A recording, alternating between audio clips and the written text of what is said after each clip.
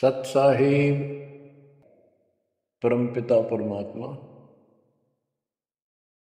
कबीर परमेश्वर जी हमारे पिता हैं, हमारी माता हैं, हमारे सच्चे बंधु भाई हैं, सच्चे सखा मित्र हैं, सच्चे दोस्त हैं।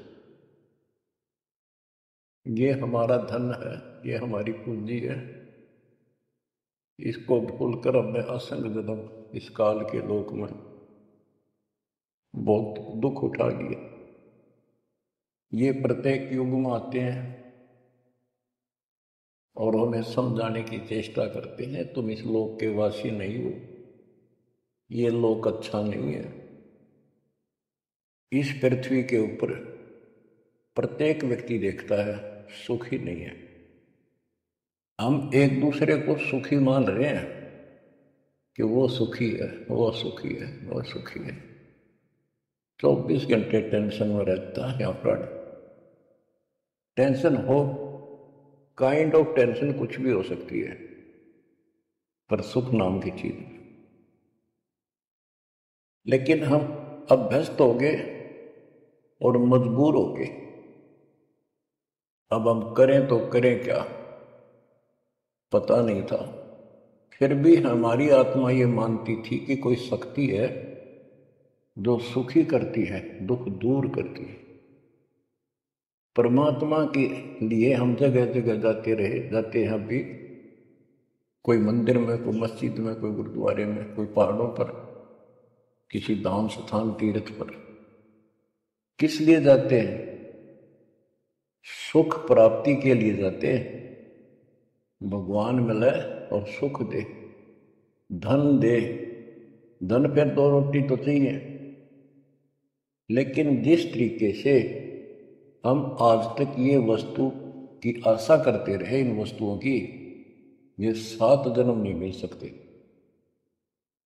गीता अध्याय 18 श्लोक 62 में यही बताया है कि अर्जुन, तुम सर्वभाव से उस परमेश्वर की शरण में जाओ, उसकी कृपा से ही तू परम शांति को और सनातन परम धाम को प्राप्त होगा। सनातन परम धाम शाश्वतम स्थानम, यानी अविनाशी लोक, अमर लोक, सत्य लोक को प्राप्त होगा, जहां पर परम शांति है। यहां भी सुखी होगा, पर लोक भी तेरा सुख में होगा।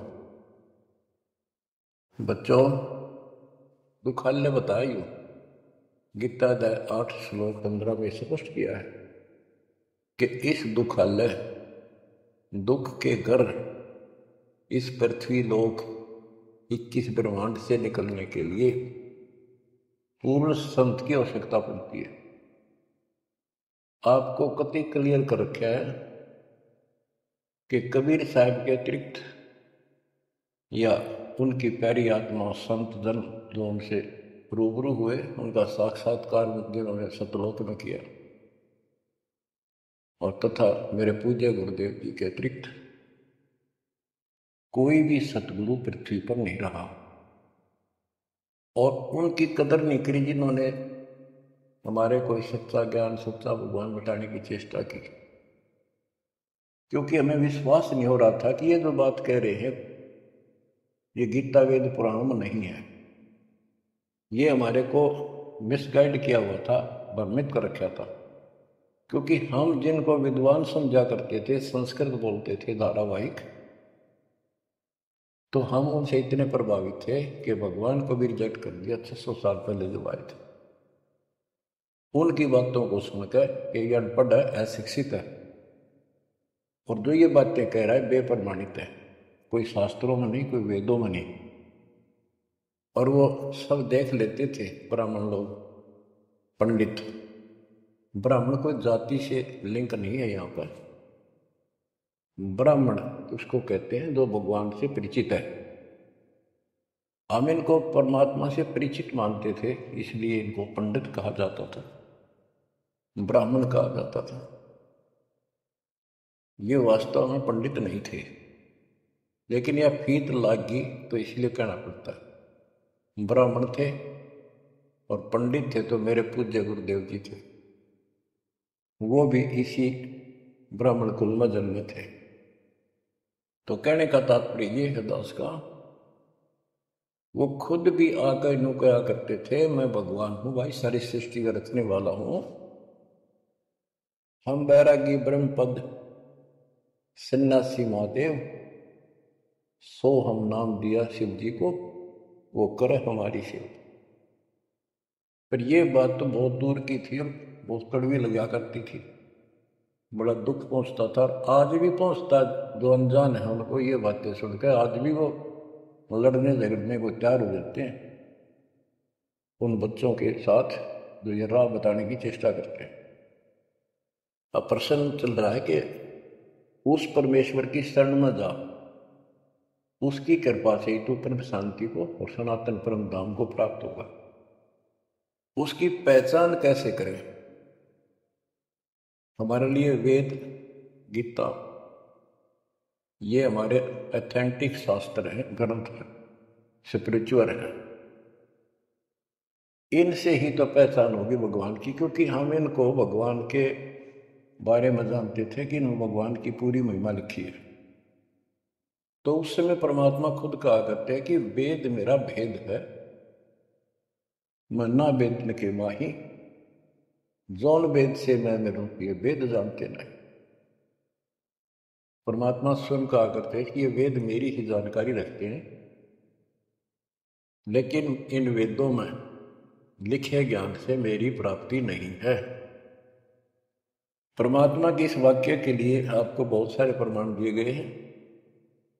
यजुर्वेद अध्याय 40 मंत्र 10 में कहा है कि कोई तो परमात्मा को साकार बताता है, जैसे रामकृष्ण के रूप में अवतार धारता है, यानी जन्म लेता है। कोई कहता वो जन्म नहीं लेता, अजायत है, निराकार है, पृथ्वी पर नहीं आता।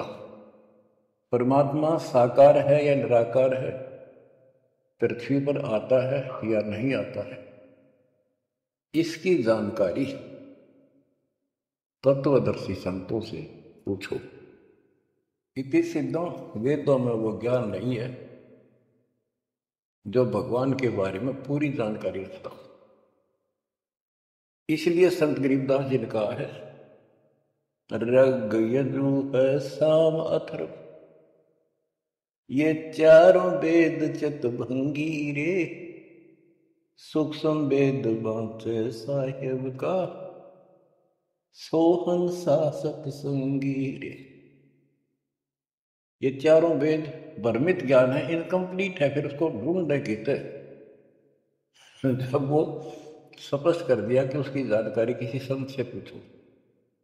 गीता अध्याय 4 श्लोक 34 में यही कहा है कि वो परमात्मा तत्व ज्ञान से प्राप्त होगा।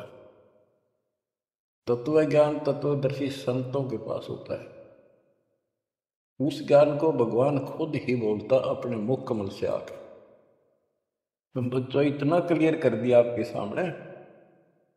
गीता अध्याय 4 श्लोक 32 में कहा है कि ब्रह्मण मुखे, यहां इन्होंने रंगा डाल दिया, ब्रह्म ने का अर्थ कर दिया वेद।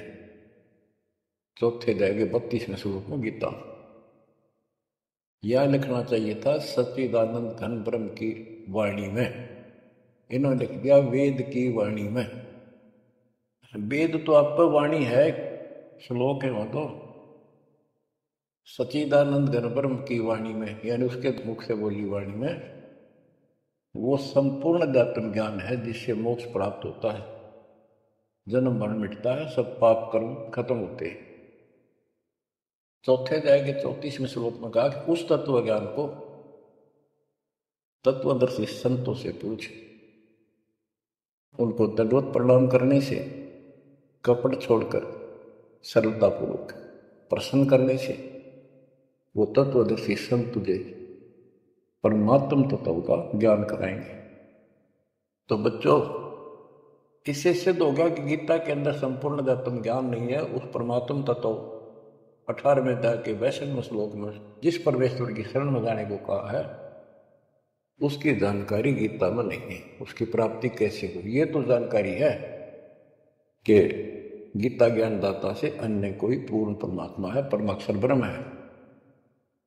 अब जैसे यही कुरान के अंदर है, सूरत फुरकानी 25 आयत 52 से 59 में स्पेशल नाम कबीर भी लिखा है कि कबीर है वो जिसका नाम कबीर है, उसने सारी सृष्टि रची, सब ब्रह्मांडों की उत्पत्ति की, 7वें दिन तख्त पर जा बैठा, 6 दिन में सृष्टि रच गए। वो कबीर परमात्मा है, वो पाप नाशक है, वो सबका पालन करता है, सबका जन्म देता है, उत्पत्ति करता है। उसकी खबर किसी बाखबर से पूछ देखो। इति सिद्धम कुरान में संपूर्ण अध्यात्म ज्ञान नहीं है और उस परम अक्षर ब्रह्म की जानकारी नहीं है। जैसे कुरान शरीफ बोलने वाले अल्लाह ने स्पष्ट कर दिया, वो परमात्मा कोई और है जिसने 6 दिन में सृष्टि रची, 7वें दिन तख्त पर जा बैठा। उसकी खबर उसको भी नहीं है। वो भी संकेत करता है किसी बाखबर तत्वदर्शी संत से पूछो। तत्वदर्शी संत 600 साल पहले खुद मालिक आए थे, हमने उसको रिजेक्ट कर दिया अपनी अज्ञानता के कारण। इतने सुख दिए उस दाता ने, हमारे मुंह का थूक सूख जाता था। अपने घर पर हुए सुखों को दूसरे को बताते बताते, और सुनने वाले को एक पर भी विश्वास नहीं होता था, क्योंकि वो काम ऐसे थे जो उनके कदे नहीं सके। जो श्रोता थे बहुत अच्छे सुनते थे। दूसरे कबीर साहब दानक दुल्हा शूद्र जाति 600 साल पहले जाति पाति छुआछूत चरम पर थी। तो यह सारी समस्या ऐसे अड़ी रही। बच्चों, अब कति सुलझ गया, स्पष्ट हो चुका है।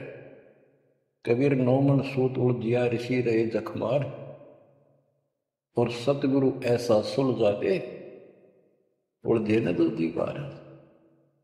तो अब ये सुलझ तो ऐसा गया है, इस कलयुग में तक उलझेगा नहीं। और फिर साथ में ये ऐसे प्रत्यक्ष ऐसे इंस्ट्रूमेंट उपकरण चल गए, हाथों हाथ देख लो इसमें स्पष्ट वीडियो के अंदर। अब कमी रहेगी तो आपकी और हमारी रहेगी,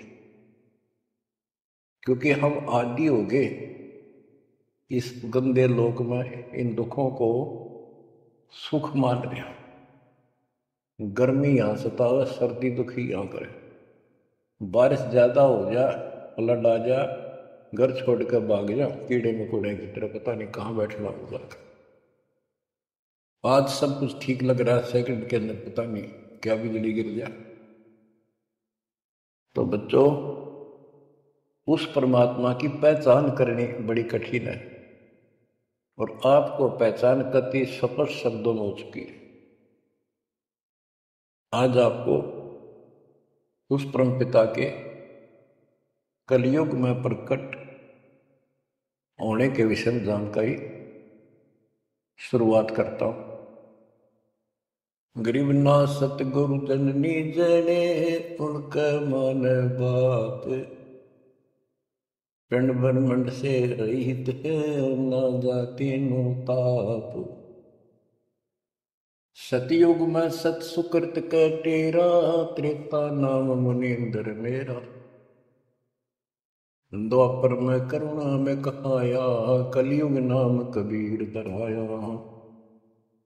चारों युग में संत पुकारे, कूक कहा हम हेल रे। हीरे मोती मानक वर्षे, यो जग चुगता ढेल रे। बच्चों, हम रोटी वही खाते हैं डेली, वही भोजन होता है। सब्जी का फेर बदल थोड़ा बहुत हो जाता है। सही भूख लगे ना, रोटी सब्जी की जरूरत को ना, सूखी रुखी रोटी वो भी खा जाए अच्छा। और जिस दिन वो खाना खाने में रुचि होती है, ऐसे लगता है कि तो सुबह भी यही था, शाम में भी यही। ये नखरे तब होते हैं तब उसके शरीर में कोई रोग निकट है, उसको कोई रोग घेरने वाला है। तो उसका इलाज है, कहते कबीर पिछले पाप से हरिचर्चा ना बावे, और जैसे जबर के वेगते भूख विदा हो जा।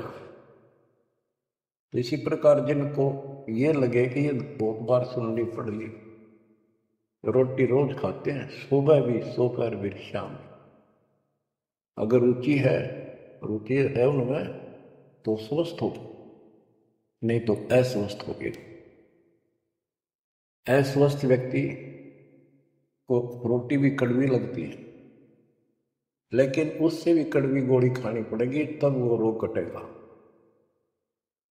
तो इसलिए परमात्मा की चर्चा जितनी बार सुनो वो उमंग न्यारी होनी चाहिए, और कल्पनाएं उस बालक के चरणों में जानी चाहिए। वो किस लिए आता है? वो आपका बाप है, वो आपका जनक है, वो आपकी माँ है। माँ बाप तो न्यारे न्यारे दुखी हुआ करें अपने बच्चों के लिए। वो एकला ही माँ के दुख में भी और पिता के रूप में भी वो एकला दुखी है। और आप इस गंदे लोक में आके इतने रच गए, इस पाप ने भी, इस दुख ने घसीटना उचित समझते हो, क्योंकि आपको पता नहीं कि सुख क्या चीज होती है। 21 ब्रह्मांड में सुख नाम की चीज नहीं है, इसलिए उसकी तुलना करें किससे? अब आपका भी दोष नहीं।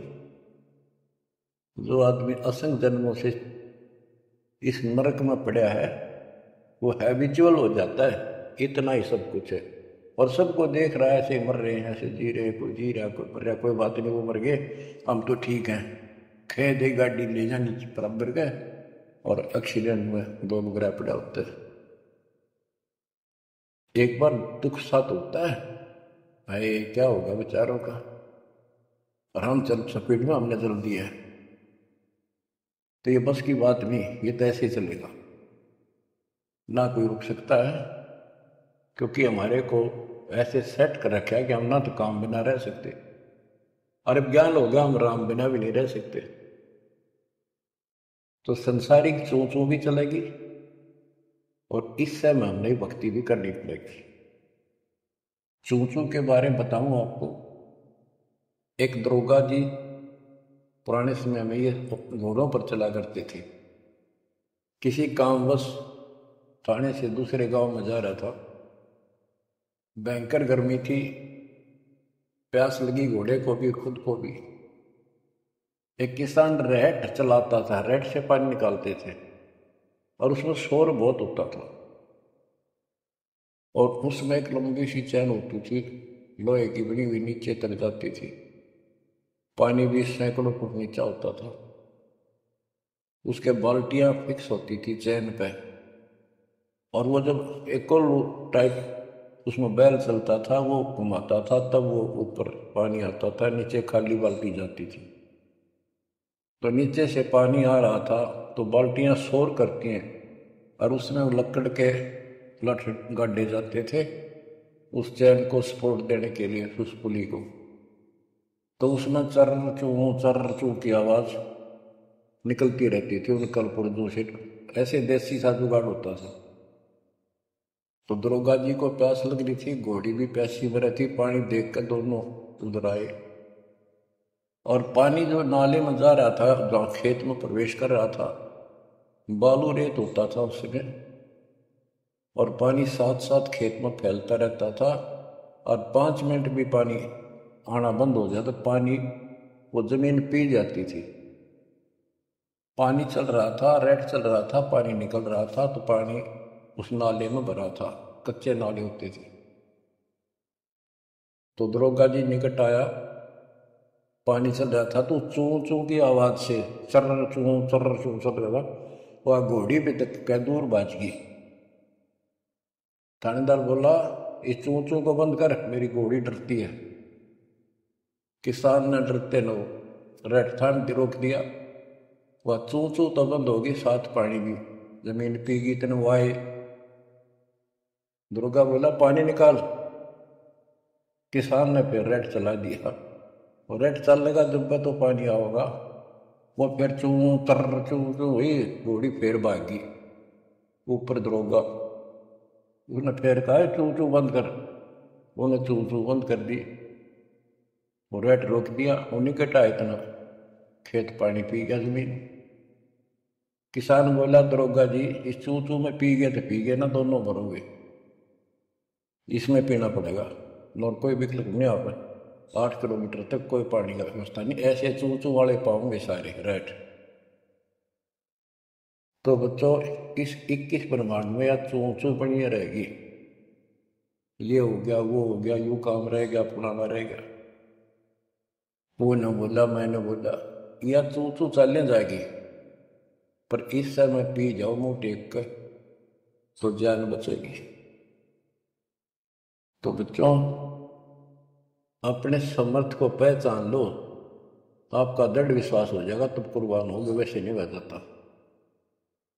सतयुग में सत सुकृत के टेरा, त्रेता नाम मुनि धर मेरा, द्वापर में करुणा में कहाया, कलयुग नाम कबीर धराया। है अपनी महिमा खुद बता के गए, फिर भी ना समझ में आई बच्चों में, लेकिन उसके लिए तो ज्ञान दिया वो 11 कबीर पंथियों ने, उसका सत्यानाश कर दिया।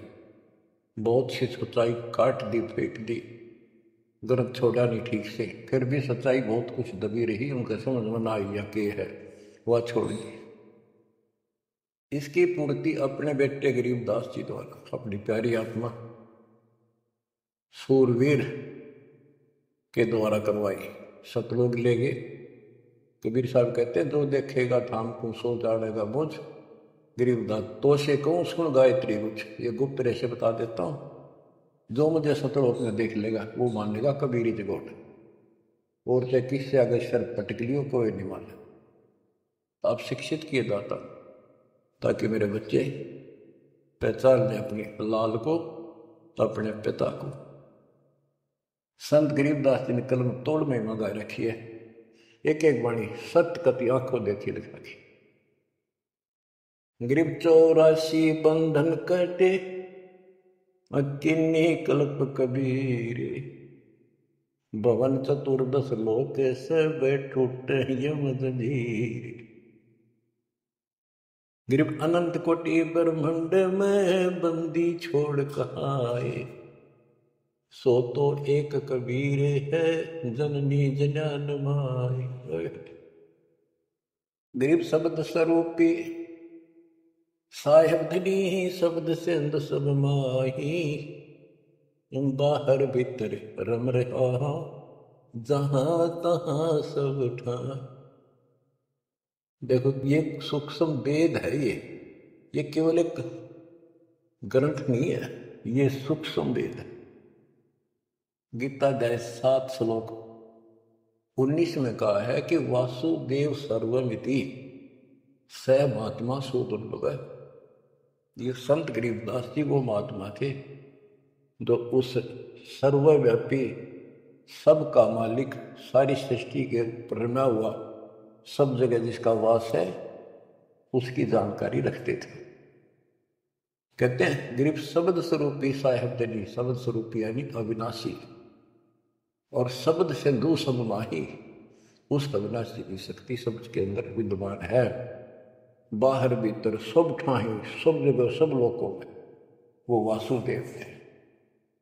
गरीब जल थल पृथ्वी गगन में, बाहर भीतर एक, पूर्ण ब्रह्म कबीरे है, अविगत पुरुष अलेख। और क्या बोलते हैं, गरीब सेवक होकर उतरे इस पृथ्वी के माही, जीव उदाहरण जगत गुरु बार बार बलि जाही। के दास बढ़कर, क्योंकि वो खुद कहते हैं 2 जन मेरे शरण ताका हूं मैं दास, और गैल गैल लग गया फिर 2 तक गति आकाश। गरीब सेवक होकर उतरे इस पृथ्वी के माए, उतरे ऊपर आए। जीव उदाहरण, जीवों का कल्याण करने के लिए वो जगत गुरु जिस पर मैं बार बार कुर्बान जाओ। ग्रीब काशीपुरी कष्ट किया, उतरे अदर आधार, मोमिन को मुजरा हुआ जंगल में दीदार। बच्चों यह कथा आपने सुन रखी है। नीरू निम्मा वाली आत्मा वो थी जो द्वापर युग में सुदर्शन जी के माता पिता थे। सुदर्शन जी भगवान के चरणों में चिपक चुके थे, पूर्ण रूप से ज्ञान समझ चुके थे। माँ बाप नहीं मानते थे, आखिरी सांस तक नहीं माने, विरोध न करे। जब उनके माता पिता को खूब समझाने की चेष्टा की, गुरु जी से भी कहा, परमात्मा खुद आए थे करुणामय नाम से, उन्होंने भी कोशिश की इनको समझाने की, पर नहीं माने। मृत्यु होगी माता पिता की, सुदर्शन टेंशन मरने लग गया। परमात्मा तो जानी जानते, कहने लगे बच्चा क्या दुख होगा। परमात्मा बोले करुणामय जी कि बेटा एक दिन तो सबने मरना होगा, मरे बिना भगवान नहीं मिले, आपने भी तो मरना है। यानी वो लीला करा करते को समझ नहीं सकता है भगवान है। 120 वर्ष रह गया हमारे साथ काशी में, एक दानक के घर पर कपड़ा बुनना हाथ करे शास्त्र, कौन समझे भगवान? ईब समझाएंगे, ईब समझाएंगे, मर जाएंगे रोगों में एक बिना, जब ये स्वीकार करेगा। तो सुदर्शन जी बोले भगवान आप जानी जान हो, आपने कति अंधेरा हटा दिया, मौत होते पहाड़ में जाओ, भगवान के घर चलना, आपके चरण मरेला। पर दुख इस बात का है, इतने अच्छे इंसान थे, बहुत ही अच्छे, और दाता अब ये सदा दुख पाओगे, कभी कुत्ते, कभी कुतिया, कभी गधे, कभी गति। देखिए बुढ़ी पड़ेगी। हरि इन्होंने मुझे पाला पोसा और इनके प्रति यो प्रेम है कि न मेरे नीच को पाला पोसा, आज मैं इनका कुछ नहीं कर सका। अपने बच्चे को इस तरह दुखी देकर, मोह नहीं था उसका, दुख ये था कि ये दुख पाऊंगा, बहुत कष्ट होगा। देखिए बुढ़ी बड़ी, जिससे जन्म होया मैं उसका भी उद्धार नहीं करा सका। तो कोई न कोई काट तांट लावे है, अड़ंगा डावे है, क्या करे, ना मन माँ बाप के लाके मर्यादा। परमात्मा बोले बेटा दुख ना मन, इनको भी मैं राह लाऊंगा और 83 लाख में मैं नहीं जान दूंगा और इनको मुक्ति दूंगा मैं, चाहे कितने जन्म लाग जाए बेटा। सुदर्शन को शांति हुई, दंडोत प्रणाम किया। तो वो सुदर्शन के माता पिता थे नीरू और नीमा।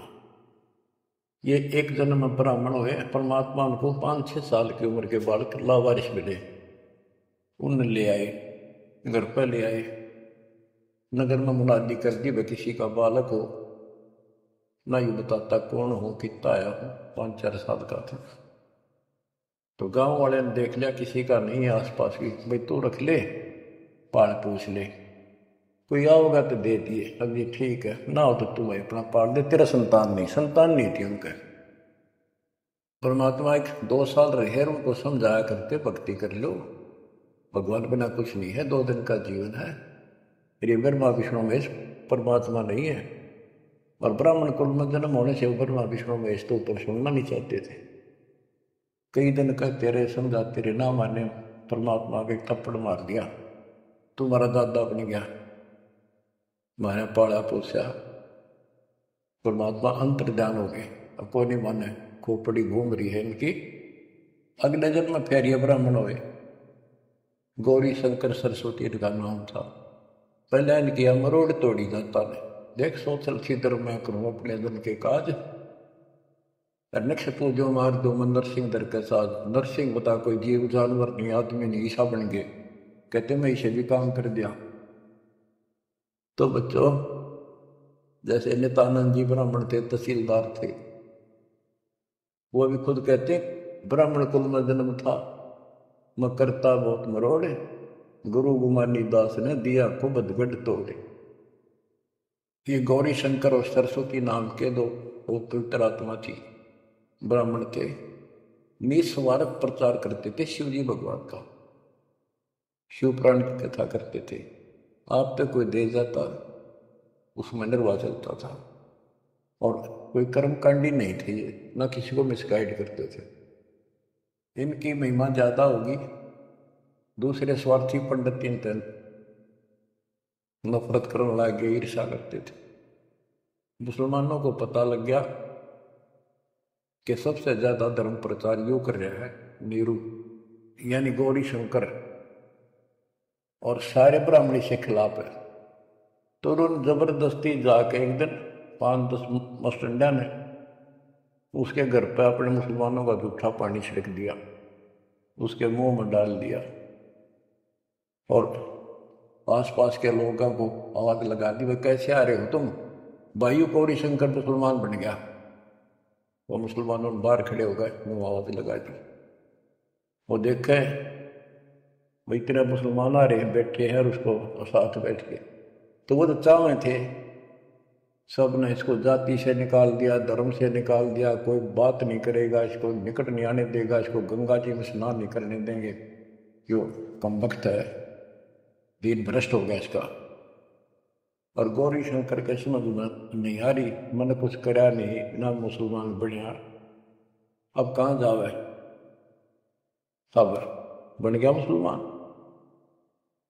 अब 2 रोटी का धंधा था, वो बंद हो गया प्रचार का। तो उसने फिर कपड़े बुनने का काम शुरू कर दिया, इसमें कुछ नहीं लगता, जंगल से लकड़ी काट लाए, 5-4 लठा की जरूरत होती थी, उसमें गाड़ के और कपड़ा उसमें टांग के, वो छोटे बड़े रास छोड़ी होते हैं वो ले आए, कपड़ा बुनने का काम कर दिया। संतान फिर भी नहीं दी जाता। बच्चों, अब अगर आपने भगवान पाना है, भगवान के घर जाना है, इस गंदे नरक से निकलना है, तो सारी बात उदास बताओ, न अमल करियो। देखो संतान है अच्छी बात है, अगर आप भी और संतान भी भक्ति नहीं करती तो ये करने के लिए, आप भक्ति करते हो और आपकी संतान भी मार्ग पकड़ गई, नो प्रॉब्लम। लेकिन इसमें कोई शक नहीं, शंका नहीं, एक लेवा एक देवा दो, तुम कोई किसी का पिता नहीं। ये हार्ड एंड फास्ट रूल है, और ये कति यूनिवर्सल ट्रूथ है, ये आपका कोई नहीं है। आज मृत्यु हो जाएगी, कल बाप तक कितना गधा बनेगा, माँ बनेगी कितना अच्छे कर्म मान मनुष्य हो जाएगी, तो दूसरी जगह स्त्री पैदा हो जाएगी, वही वाला पति गधा बनकर घूम रहा है, बेटा पता नहीं कहाँ पशु बनेगा, बेटी पता नहीं कहाँ। ये शरीर छूटता जागा, न्यारे न्यारे सपने में भी नहीं मिल सकते तुम आपस में, कदे ईर्ष्या के चिपटे बैठे हो, आँख खोल लो। अब आप परमात्मा के ऑपरेशन थिएटर के अंदर हो, अब उसको पता है कैसे ट्रीटमेंट आपका करना हो, अगर करवाना है तो। यही तो भूल गिर रखी है, यू मेरा परिवार मेरा, रिश्तेदार मेरा। ठीक है, ये अस्थायी जुगाड़ को भी निभाना पड़ेगा, इससे दूर नहीं भाग सकते। क्यों, एक लेवा एक देवा दो, तुम लेन देन करना पड़ेगा, और हम समर्थ की शरण में आ जाएंगे तो इस लेन देन को बहुत हल्का कर देगा, अपने कोटे पूरे कर देगा।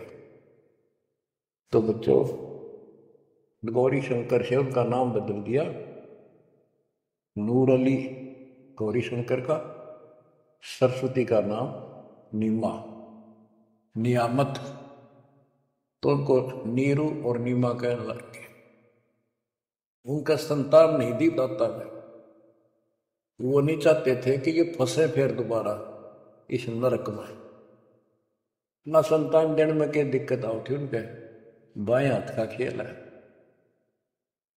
तो बच्चों, परमात्मा संतान दे सकते थे, जैसे अब्राहम सुल्तान था, हम तो धन मांगते फिरा, हे भगवान धन दे दे धन दे दे, और धन में सड़ा था, उसको उसका संतान और ब्राड़ी गगन तार रखे थे, घोड़े घोड़े कितने थे, उस नरक से निकाला, अपनी उस आत्मा को गड़ने नहीं दिया, उसमें सड़ने नहीं दिया उसने। बच्चों, ये ऑपरेशन है, एक्स्ट्रा आइटम रहने को दिया आपके पास, जिनकी जरूरत है उसमें कसर नहीं छोड़ेगा, आप नोट कर लो। साईं इतना दीजिए, जा मैं कुटुंब समावे, हम भी भूखे ना रहे, अतिथि ना भूखा जा।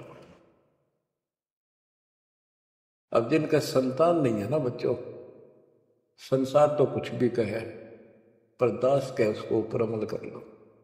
उन्होंने लगातार कई जीवन भगवान के संपर्क में आते रहे, पार बेशक ना हुए पर मर्यादा घड़ी गजब की रखी उन्होंने, किसी का मारा नहीं, ना किसी का रखा, ना किसी को तंग किया, यानी लेन देन बढ़ाया को नहीं, अपना पल्ला बोझ कर जीवन जिए। आज वो आत्मा मालिक की शरण आ गए, तो अब वो संतान मांगेंगे तो भगवान ना दे, क्योंकि उनका संस्कार खत्म हो चुका है। वो क्यों फंसा होगा इस अपने बच्चे ने सड़ंगे में, उनका तो अगला कदम सतलोक में है। देखो बहुत जबरदस्त काम है, समझो इस बात को। संतान बुरी नहीं यदि भक्ति पर लग जाती। अब किसी का लड़की लड़की है, लड़का नहीं।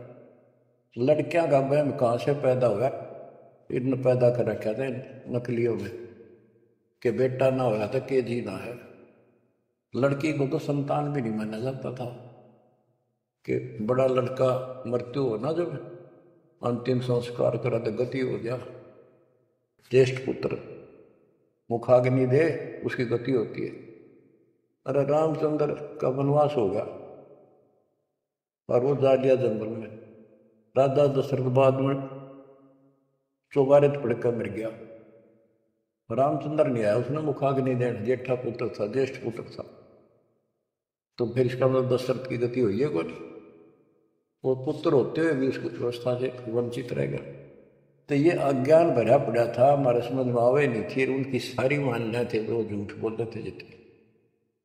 अब कबीर साहब कहते हैं लड़की लड़की है ना, वो लड़के वालों से भी सुखी मान लेना, वो अच्छी आत्मा है, संस्कार बढ़िया हो। अब ये सारी बात उल्टी है संसार से हमारी, इसलिए ये सारी उठपटांग सी लगे।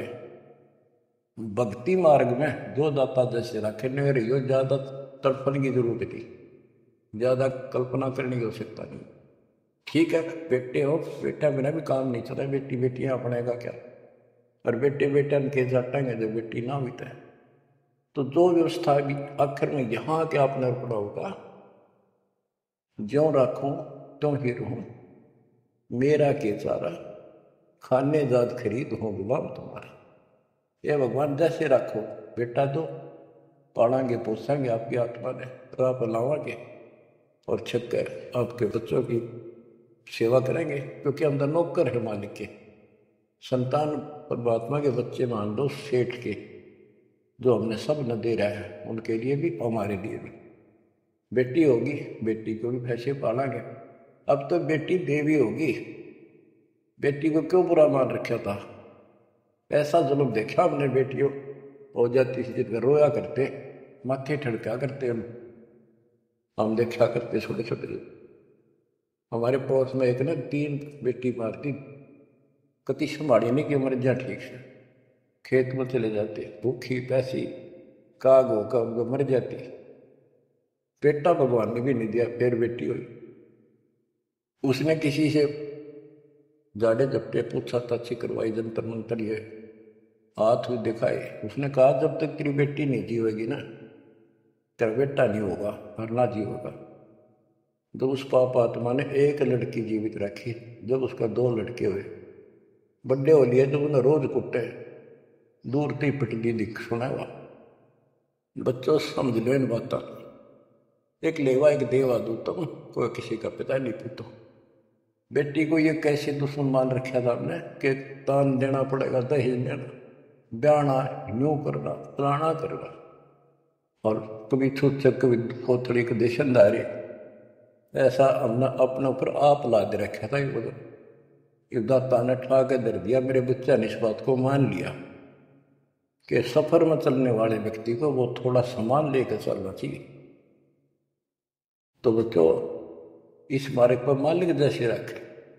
कबीर साहब कहते हैं राम रटत कन्या भली, साकट बुलाना पूत, और छेरी के गल में गलतना, जिसमें दूध न मूत। जैसे बकरी के गल में एक थन जैसा लटका रहा खाल लाना, और एक आने का निखाम का वजन है।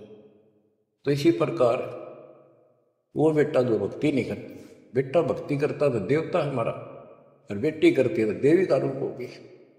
और अब बेटी कैसे हम विदा करते हैं, कितनी प्यारी लगती है, चिंता करने की जरूरत नहीं होती किसी बात की, मालिक की शरण में आ गई। तो एक देख लो आप, आपके संस्कार चेंज कर दिए दाता, और इसे बदल देगा ना, देखते रह जाओगे कि हे भगवान सचमुच जिसा सुना था दाता ये किस पाए आप तो।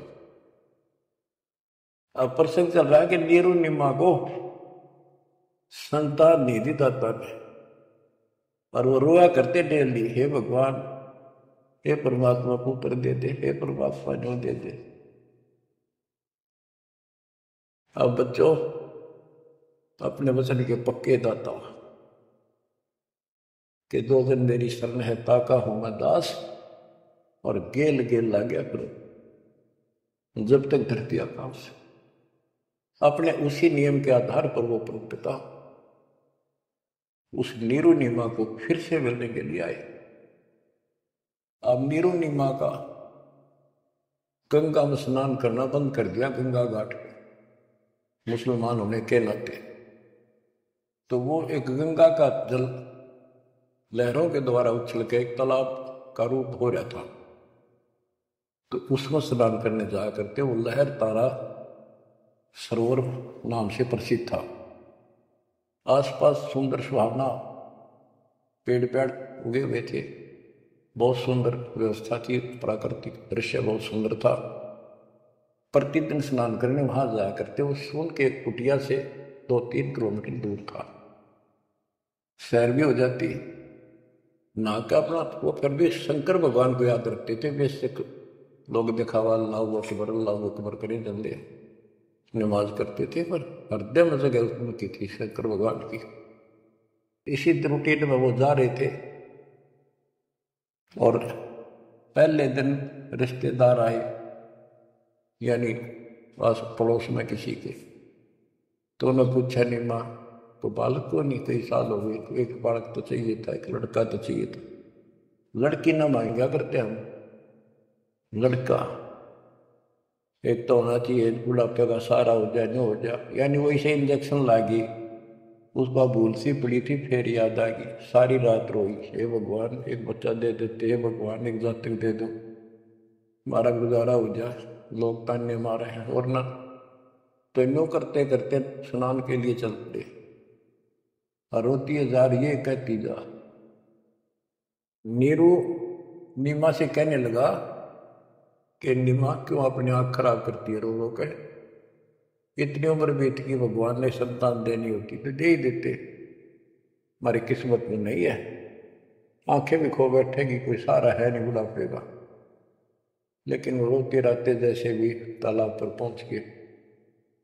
उधर से परमात्मा सतलोक से चलकर आए, एक शिशु रूप धारण किया। उसी सरोवर में, लहर तारा सरोवर तालाब में, कमल के फूल पर आकर विराजमान हो गए।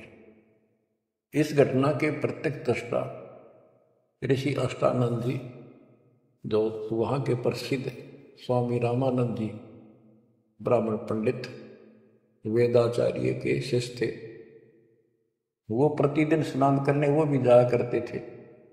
वो दूसरी साइड में बैठते थे, एकांत स्थान में स्नान करके उसी तालाब में। प्राकृतिक सौंदर्य ज़्यादा था, शांति थी, वह अपना ध्यान लगाने की चेष्टा करने लगे। इतने में आकाश से कोई प्रकाश आया, गोला सा आया। उसने देखा तो उसकी आंखें चुंधी आ गई, देख नहीं सकी।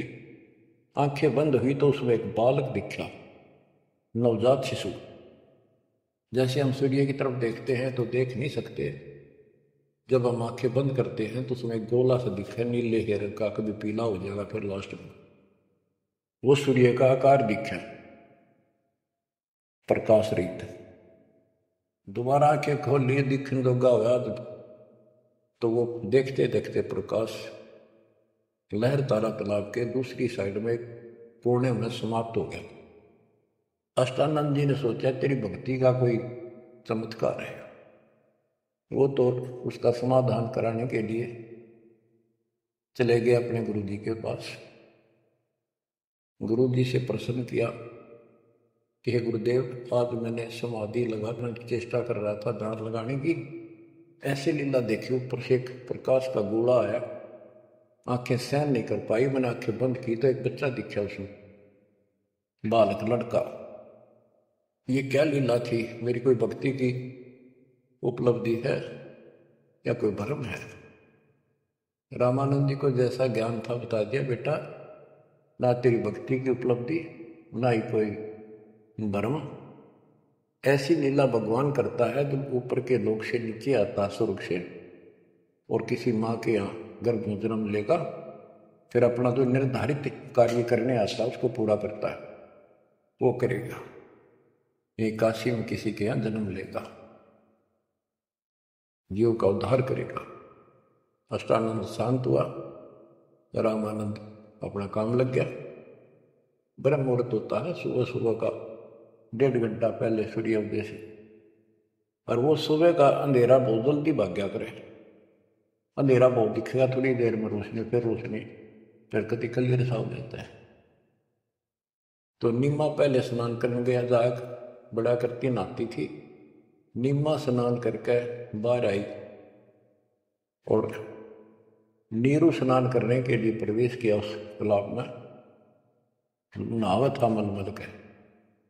तो नीमा जो कपड़ा बांध कर नहाई थी, कपड़े बदलने के बाद उसको धोने के लिए फिर पुनः किनारे पर गई, तो थोड़ी सी दूरी पर एक बच्चा दिखा कमल के फूल को हाथ पर मारता हुआ।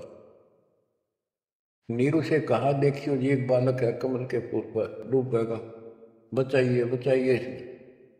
नीरू ने ध्यान नहीं दिया, क्या तो मेंटल होली कती, कहने लगा तू पागल हो चुकी है, कितनी समझानी मान जा, कितने पानी में बालक दिखने लगे। हे भगवान, तो भी पागल होगी, कैसे संभालूंगा तेरे को?